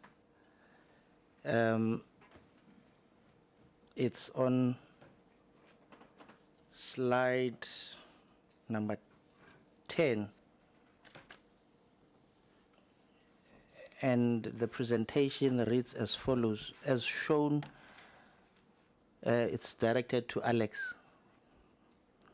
As shown in the integrated security approach, it has been a great approach to deal with construction mafias, as working with communities and the leaders within the geographical areas has created a fight back with those who are trying to extort. We have had a huge success in Western Cape, and it continues. I'd just like to get an understanding. Please explain to me this huge success in dealing with these construction mafias. What do you exactly mean? Have you managed, working with the law enforcement agencies, to identify and effect arrests of these construction mafias, so that we understand exactly what it means that you have a great deal of success? Chair, I'm saying this matter is close to my heart because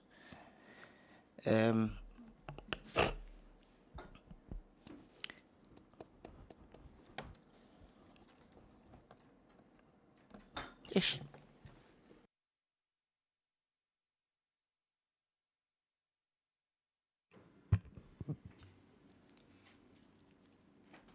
Yes, Honorable Hadebe. Are you through? Okay, I understand.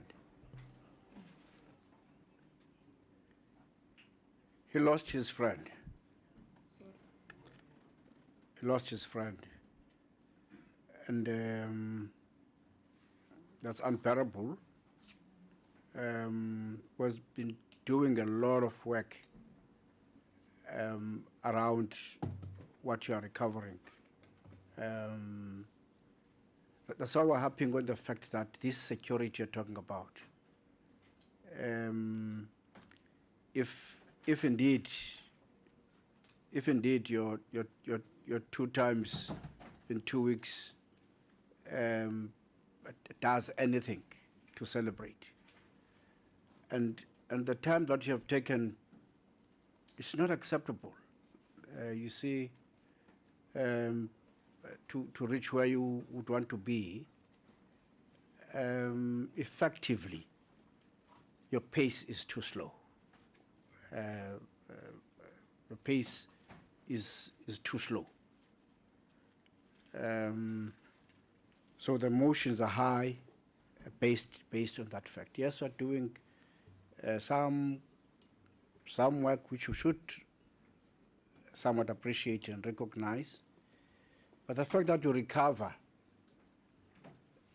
and you do less itself is not that useful. You know, your snail space is not necessarily doing much to favor. We're sorry, Honorable Hadebe. May Mr. Nkotla's soul rest in peace and rise in glory. That's why he's feeling the emotions and directing the questions to you mainly, with the hope that maybe getting out of this, or you'll do something which shows a sense of urgency. Lives are being lost. Maybe that one we can account for. Maybe the others which you can't account for. You see. The quicker something done, the better. Are you ready, Honorable Hadebe? Chair, no, let me conclude. I wanted to say, I'm asking this question precisely because of what you have alluded to. Kotla was my friend for almost 15 years. And 3 of those that were shot there are members of SANCO, the organization that I lead. I have deployed them there personally. One lady heavily pregnant, and one gentleman, part of my executive committee. If he survives in hospital, he will live with bullets in his body. He's still in hospital. Had I not been deployed to Mozambique for my work, I would have been in that meeting. I then deployed that gentleman to be there. So I am really interested in knowing what is this huge success in dealing with this construction mafia, and what compensation are you going to give this? I appreciate the work that you have done for the late Nkotla, but there are 3 more casualties. Others are still fighting for their lives in hospital. Are you going to reach out for us to continue assisting you in your endeavor to recover? These are the community leaders who have voluntarily committed their services in ensuring that you fulfill your mandate. And lastly, is the city and HDA assisting in ensuring that you finally relocate everyone that needs to be relocated? Are there any challenges that you are still experiencing in working with these 2 entities? And my apologies, Chair. I thought I would be strong in asking this question. Thank you. Well, Honorable Hadebe, we went there a few days after the event, and we saw what it takes to work for communities. And those fortunes and misfortunes, that's how a number of us have run through over our life, paying with the ultimate, your life in service. And when we pester you with these questions, we fully understand that that's how things turn out to be. It's understandable, the factor of emotions in the line of that kind of duty. You would somewhat experience these kinds of outcomes, unbearable as they are, but where I stand is that some kind of a visible, agile service ought to be the payback for such, and we able to say in the life of these individuals, this is what we continue to gain from time to time. So when we ask you those kinds of questions, we really want to see that sense of speed getting there. You would imagine people who are served through your recovery, the change in terms of the transportation of individuals would somewhat impact positively around such. All political parties equally, they're saying the same thing. Whether you're talking to the ANC, FF, DA, and so forth, they say the Cape Lines are a good story, but with a snail space, we need to recover more. I've read the statement of the Premier of the province last week, which was saying the same thing, that if we could heighten the actual physical, drive in terms of these utilization of these lines. It's a better story for life lost. Is something that we could celebrate. So I take Honorable Hadebe's point, getting into that direction. That can you please gain energy from this meeting of something that we could celebrate that Alex got out of that meeting, and visibly seeing the capture of that rail line, mainly protected with speed. This is what we invest in the name of those who have sacrificed their lives for that specific good for society. GCU and the team. Thank you very much, Honourable Chair and Honourable Hadebe.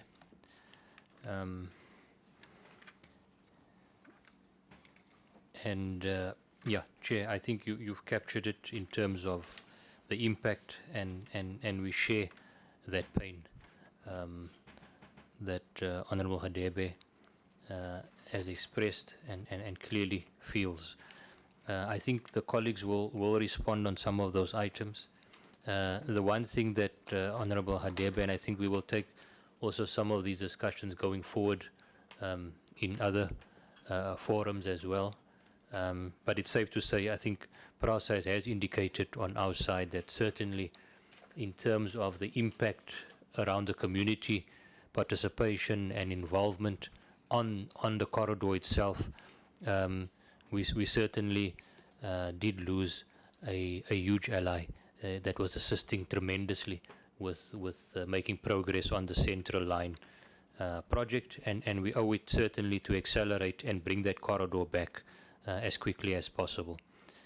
Chair, the issue around, I will leave the one question, I think there's a question to the board around due diligence.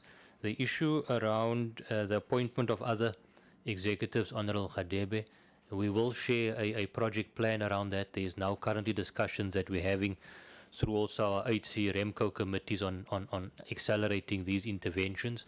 So once those things have gone through, that can be shared with the honourable member around the actual time frames. But it's safe to say that these are high priorities in terms of closing those critical positions.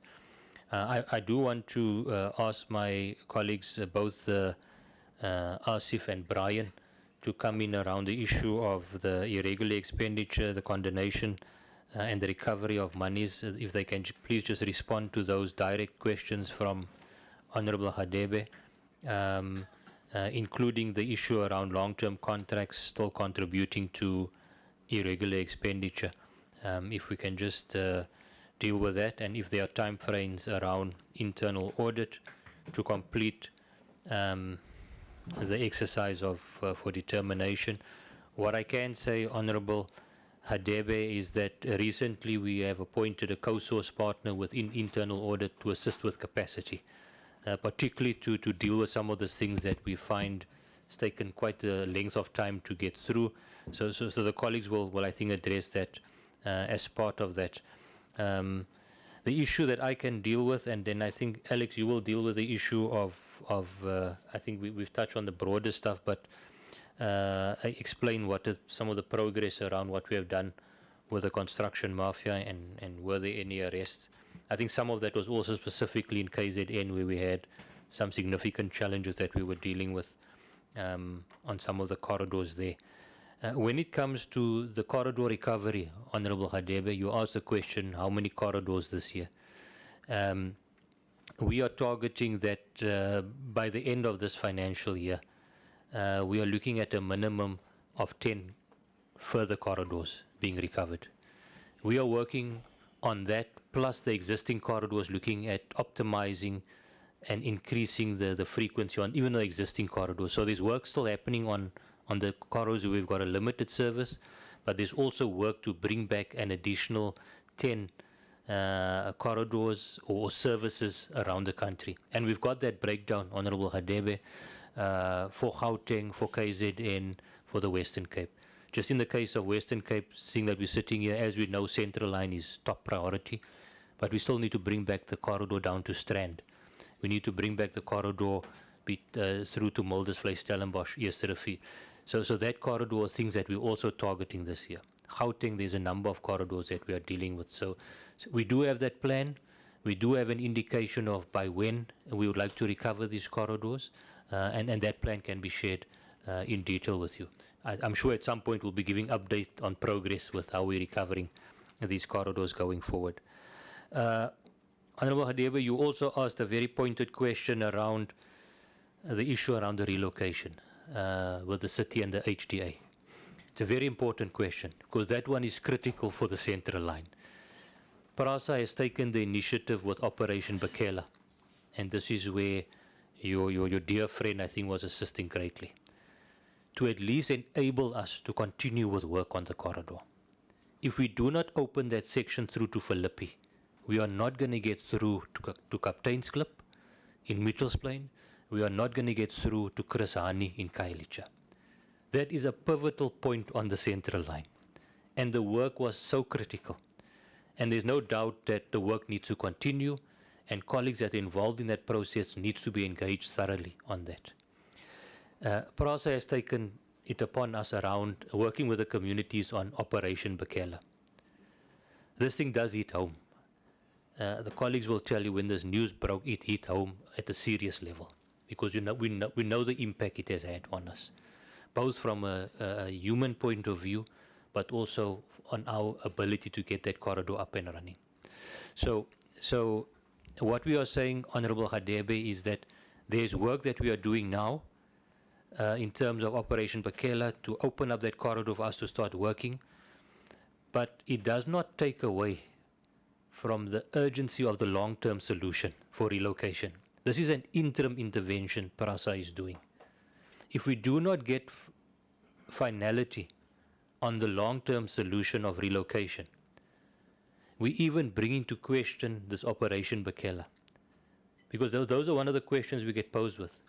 We are willing to move, but tell us what is the long-term plan with our relocation. Otherwise, we feel we are just being played with from a point of view. So that is something, I'm not going to go into the detail. Safe to say that I think recently we've seen the communications around funding that's been made available for the new sites.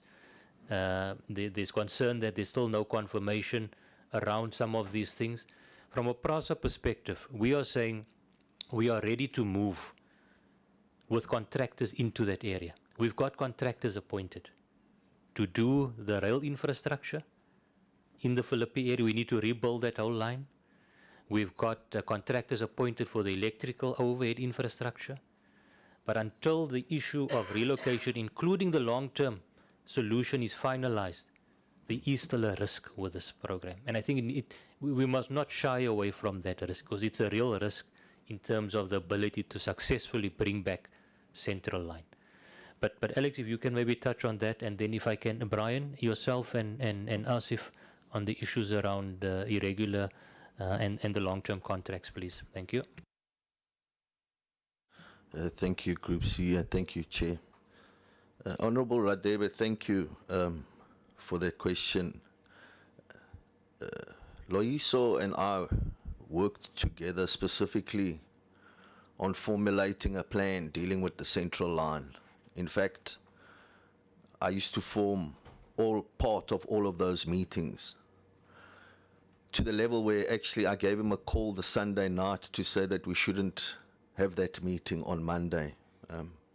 We deal on a daily basis with risks. The threats are real. And on that specific fatal day, unfortunately, he lost his life doing what he does the best. But prior to engagements with Loiso, as well as other community members through sub-council, colleagues would note that nothing was happening on the Central Line for more than 3 years, in fact. It was through his involvement, together with other sub-councillors as well as community leaders on the ground, which we formulated the plan. And through that, and through the intervention,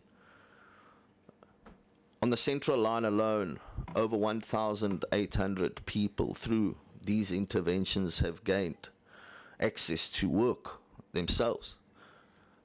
But unfortunately, we can't do this thing ourselves, just as protection services. And in terms of where we push for the necessary assistance, we believe that SAPS could do much more on their behalf. In terms of what's been happening since that, I can tell you the investigation is at a very advanced stage, extremely advanced stage, to the level of we have identified the people and the necessary tracking is underway. I have no doubt that we will successfully get those people.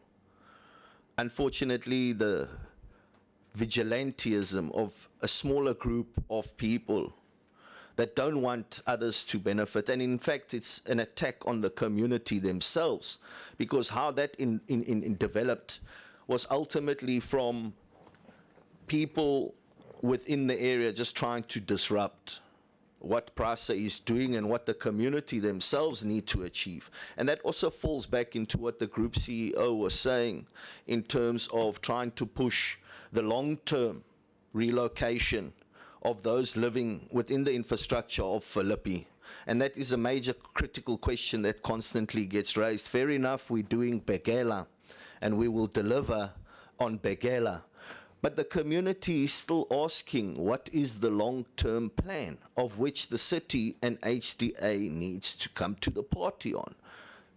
Without that, we are strapped in what we are trying to do, and through that is creating more of a risk in terms of those that live in and around our current corridors. And Honorable Radebe, Loiso's killing really affected us, and is one of what we call our high profile.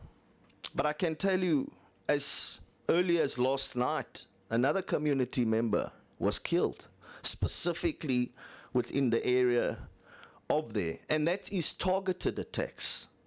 So our plea as PRASA itself is also on our joint operations with SAPS themselves. However, SAPS themselves need to resource their people more, specifically when it comes to the railway police. Thank you, Chair.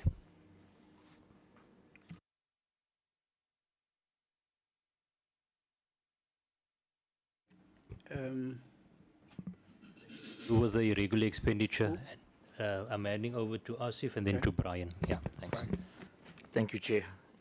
In terms of the first question regarding the 12 billion rand that went to Treasury, Mr. Koya from the SIU alluded earlier that in terms of the general overhaul contracts, these matters have been subjected to NPA as they were collusive and corrupt behavior. However, I want to make a distinction. In terms of the general overhaul contract, which relates to heavy maintenance, in terms of that irregular expenditure, there was no corrupt or collusive behavior. It was just a breakdown in terms of control, where these contracts were extended, for initially for a period of 3 years, and then further for a five-year period. So what was compromised was Section 217 in terms of fairness and equitability. However, there's another contract closely associated with the general overhaul, which is the ad hoc services, which focuses on light maintenance. That was a process undertaken by PRASA through a confinement process, and that has been declared irregular, and based on the report, it has resulted in collusive and corrupt behavior, which the SIU now has subjected to the NPA. In terms of the regulations, yes, PRASA has derived benefit from the general overhaul contract, where services were delivered and benefit has been realized. So our engagement with National Treasury hasn't yielded the outcome that we wanted to, and in terms of the remedies available to us, we now apply the regulation in terms of the irregular expenditure framework, our board can approve the condemnation. That's the first part. The second part, you talked about the irregular expenditure yet to be condoned. Of the 9 billion, 2.2 billion relates to contracts that are currently filtered through the last 3 financial years, and those are basically the legal panel, the intervention there. We are busy evaluating. We went out on tender to conclude the appointment of a legal panel. Secondly, the item on irregular in the last 3 years was the security contracts. As Alex, you has mentioned, we are busy with formulating a tender process to be undertaken by PRASA. And lastly, the major portion of the irregular expenditure relates to the signaling program. Though I'll pause here. Thank you. Have you got anything to add, Brian? Sorry, I can add one more thing. These contracts, even though they are continuing, they are irregular but not unlawful. They were breakdown in controls, which was procedural internally. There were no corrupt or collusive behavior. Thanks, Chair. Brian, are you fine? Good afternoon, Chair. Yes, thank you very much. I am. He's covered me. Thank you. Okay. Not from my side, Chair. Okay. Board?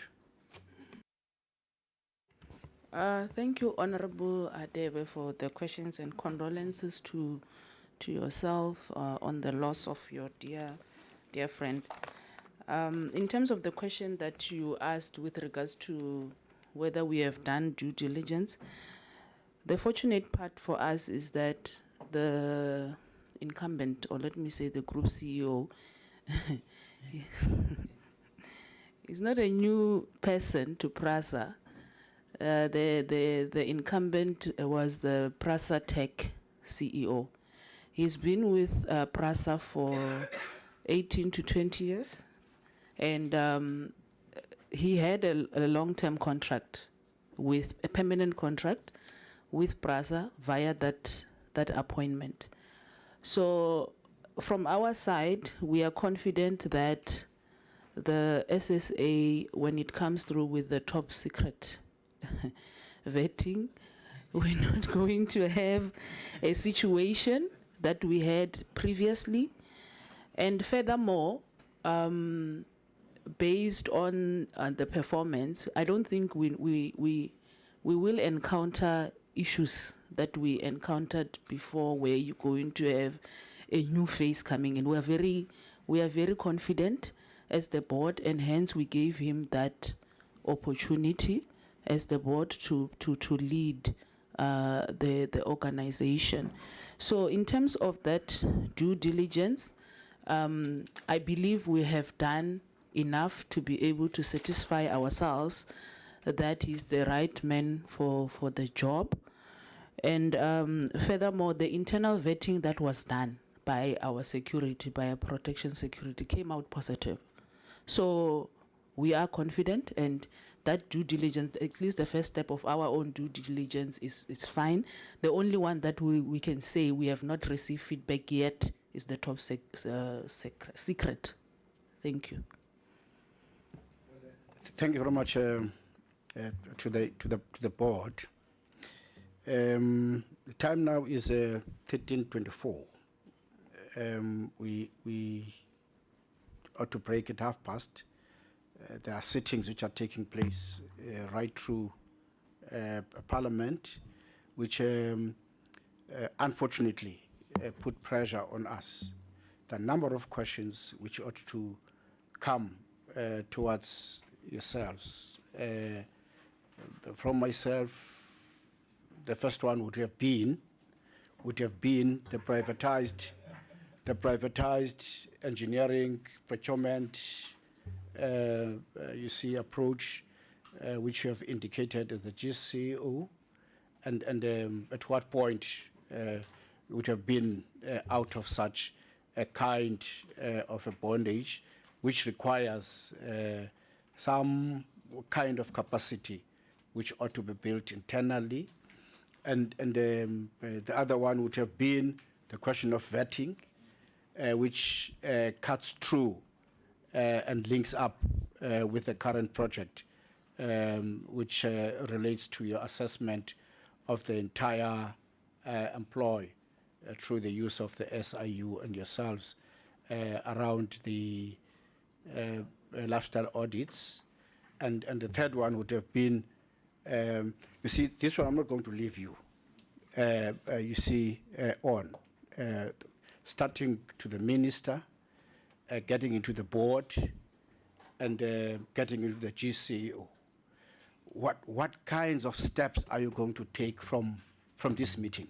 We're just going to address the questions which Honorable Hadebe has got into, let alone that they are very emotive, but they cut into the heart of those who are left mourning.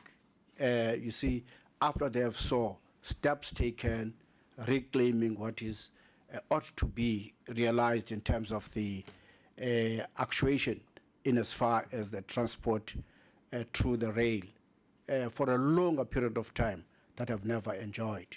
Just to capture that line, making use of that line, getting into the passenger rail, more effective to our people in the main. You see, and you see from this meeting, from this day, getting into your end of the month, what is it that we are committing to get into somewhat around that aspect. I'm getting into the minister, but the minister is not necessarily in that line, you see, but some undertaking through the group CEO in as far as that is concerned. Some commitment, some visibility, some action, something which ought to be celebrated around that kind of a situation. And you know, the judge-proper judgment sits in the core of what we see today. You know, getting back into capturing the lies, making use of security, centering into that kind of an operation, which is the basis of what you have to fulfill in terms of that act. You know, if we would read for a close, that the main objective of PRASA is to ensure that rail commuter services are provided within, comma, and from the Republic, comma, and to provide long-haul passenger rail and bus services within, comma, to and from the Republic, comma, in terms of the principles set out in the National Land Transport Act 2000. Close my quotes. So effectively, this is where we must be able to say, wherever we are, in doing our duty, in fulfilling our obligations, in getting into our IPPs, this is where we're going, that injunction, that instruction in terms of the Act. In closing, I give to the board, the minister, or the CEO minister. Thank you very much, Chairperson. Let me start by appreciating the conversation that we have had here with the honorable members of SCOPA and the questions that have been asked and the comments made, particularly those that acknowledge progress that PRASA has made, particularly coming from the honorable members who are not on a day-to-day basis working with PRASA, and we appreciate that very much. In fact, we leave this meeting being more encouraged and eager to go out and do more, because what the honorable members have said to us is that you are on the right track, but do more. And we take that instruction humbly and also in appreciating just that instruction. Chairperson, I just want to make a comment on the issue that actually is frustrating our work, particularly on the central line. The Constitution gives powers and functions to different spheres of government.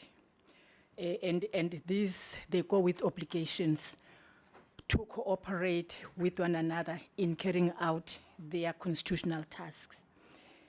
In the case of housing, this function is shared by the National Department of Human Settlement and the Provincial Department of Human Settlement. In this case, it will be the Cape Town Department, Western Cape Department, as well as local government having important obligations to ensure that services are provided in a sustainable manner to communities that they govern. The issue around Bekela, Chair, is an indication of frustration by PRASA because this has not happened. We're getting into mandates that are definitely not PRASA mandate to relocate people. PRASA mandate, core mandate, is to ensure that public rail transport, passenger rail, is available to the poor, to our poorest of the poor. However, this is now what is actually happening. I just want maybe to say something about what Honorable Van Minen said, that there is no land in Cape Town. This will be yet another reason for relocation of the people. The metro itself said initially they don't have finances, so that was the reason. The National Department of Human Settlement then transferred to the metro in March this year an amount of 111 million rand for them, therefore, to ensure that this project is actually executed. They've received this money in March this year. Now the reason is that they will not be able to spend this money as they are approaching the end of their term. That is the end of their financial year, which is in June. So they've been having this money from March until June. They are saying they will not be able to spend it. This, Chairperson, is frustration. And the reason why PRASA is now embarking on the Bekela project is because, Chair, delays in the infrastructure build are not free. They're very costly. They're money, as a matter of fact. So that is why, Chairperson, we are here begging members of Parliament, including all of us who are here, to begin to say to the Metro, and of course the province of Western Cape, can you please find space, because there's money. The Metro is not saying we're going to request for a rollover. They're saying we're not going to spend money because it has arrived late. They're not saying we have a plan to relocate. However, we think we're not going to spend all this money, so let's start now negotiating for a rollover. They're not saying that. This is frustrating, Chairperson, to say the least. And we have said, and we continue to say it, that the communities there are willing to be relocated. But as the Group CEO and I think other members have indicated, they would want to see something that is permanent for them.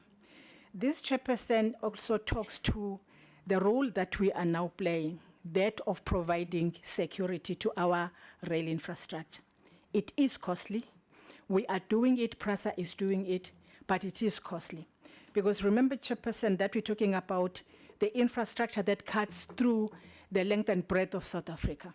We're talking about the infrastructure that include our trains, pairways, train stations, and trains themselves. That is what is happening within the train itself. This is very costly, Chairperson. Whether we're doing it using technology or using human being, but it is costly. It's the budget that PRASA has to incur that takes away money from the transportation of people. However, we are ready to do that, Chair.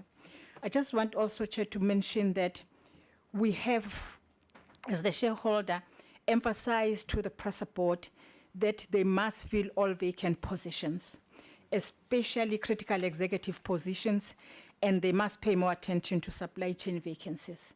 And we're saying this, emphasizing the fact of ensuring that as they do that, they actually appoint capable and capacitated people.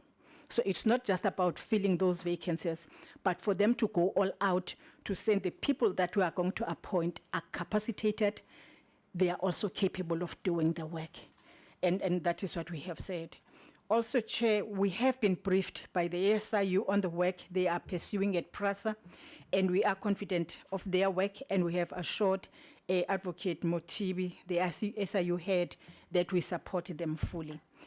We also appreciate, Chair, the visit by SCOPA to the central line. As we gain each corridor, we will come back and probably invite the SCOPA to visit those. And we're adamant that we would recover as many corridors as we have indicated to ensure the provision of reasonable and cheap passenger rail transport.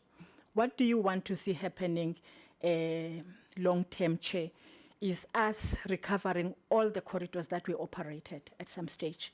Is us modernizing the signaling, modernizing our trains, modernizing our infrastructure. It's us providing that cheaper public rail service in South Africa. We'll do this in phases and, of course, still ensure that our infrastructure is safe. We will also be aiming at seeing the increase in the number of passengers that are using our services, and we will actually be monitoring this. I just want to, again, thank you very much, Chairperson. Some of the things that we're going to say, they are indeed in our annual performance plan that we submitted in Parliament for the coming year. Thank you very much, Chairperson. So your eye is on them as they get out of this meeting. Something has to be done in that line effectively to celebrate the life of those who are in agony, those who have lost their lives. We want to hear that. Alistair, boots on the ground on that line. Tomorrow, colleagues, we have a meeting here at 9:30 where we are meeting with the Minister of Public Enterprise on our current topic that relates the former GCO listed directors. So that meeting is taking place tomorrow morning here. Thank you very much, Honorable Minister and your deputy. Thank you to the board. Thank you to the GCO. Thanks to SIU. Thanks to the Office of the AG. Thanks, honorable members. The work of PRASA is cut. And indeed, let's not see you resting until you recover and you show cause for the life of those who are there. Thank you very much for your commitment. Meeting adjourned. Invited for lunch at Max building here, in this building. I'm advised it's taking place there. So, Minister Obambi says, some more